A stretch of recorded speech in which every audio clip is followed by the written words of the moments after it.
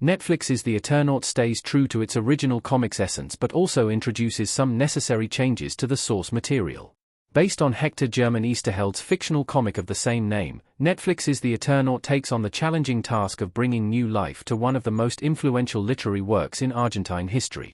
Since their publication in the late 1950s, the original comics have transcended far beyond the realm of fictional storytelling and become symbols of political resistance, cultural identity, and freedom. Owing to its cultural significance, adapting it into a full-fledged series, that, too, with a limited budget, was no easy feat yet. Netflix's The Eternaut does an incredible job of adapting the original comics while giving them a more relatable modern spin.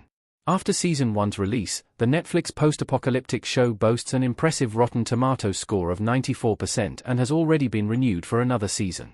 The show's success and growing popularity might have left many wondering how closely it adapts its source material. 9. Netflix's The Eternaut modernizes the comics setting and timeline. The comics are seemingly set in the late 1950s and early 1960s. Since the original Eternaut comic strips were published between 1957 and 1959, even their stories unfold somewhere in the 1950s and early 60s, reflecting the political issues Argentina was facing during the time. The show, in contrast, seems to modernize the overarching setting by unfolding somewhere around the present day. Although it seems like the Netflix sci-fi show does explicitly mention its timeline, its visuals make it evident that it is taking place somewhere around 2025.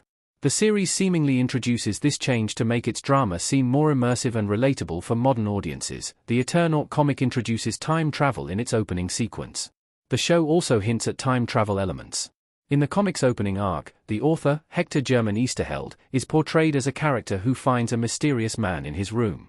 The man claims to be Juan Salvo, the main character in both the Netflix series and the original comic. After the opening sequence, the comic unfolds from Juan's perspective as he introduces himself as a time traveler and walks the author through his life story. The show avoids taking this narrative route.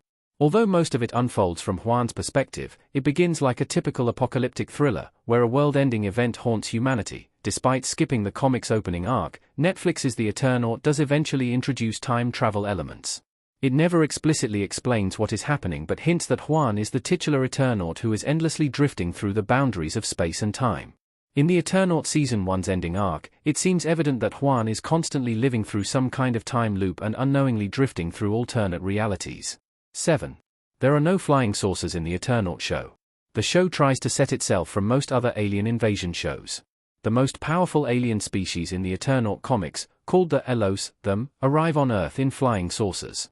Instead of treading the same path as its source material and using an age-old narrative device to explain how the aliens arrived on Earth, the Netflix show portrays streaks of red light falling from the sky in multiple scenes. Although the series maintains some ambiguity surrounding what these lights mean, it seems evident that they depict the arrival of the alien species on Earth. The Eternaut comics have specific names for all alien beings. The show avoids giving them any fixed labels. In the original comics, the giant beetle-like alien creatures are called cascarudos, which roughly translates to beetles or shellbacks. Many viewers may also recall that the show's final arc introduces another alien being who has multiple fingers in his hand and uses music to control the beetles and the humans under the alien spell. In the source material, this creature is referred to as the Hand. Early on in the comics, another overarching alien force called Elos, is introduced.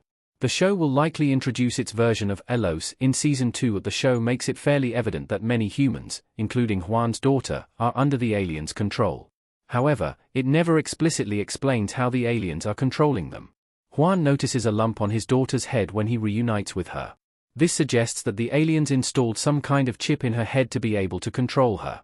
The Hand alien also uses music to manipulate the giant bugs and the controlled humans. In the comics, in contrast, it is specifically revealed that the aliens use a device called the telecontroller. The telecontroller is attached to the spinal cord and brain of the test subjects, preventing them from having any autonomy over their bodies. Humans under the aliens' influence through the telecontroller become walking robots with no sense of self or free will. 4. Juan's military history in the Eternaut comics is slightly different. He is not a war veteran in the source material. In its opening moments, the Eternaut establishes that its main character, Juan, is a war veteran. The character also keeps getting flashbacks from his experience of war, and his PTSD comes off as an effective metaphor for the sense of timelessness and dissociation he feels during the alien invasion. Juan's solid military background also explains why he possesses weapons and shows no qualms about hurting anyone who tries to harm him or his family.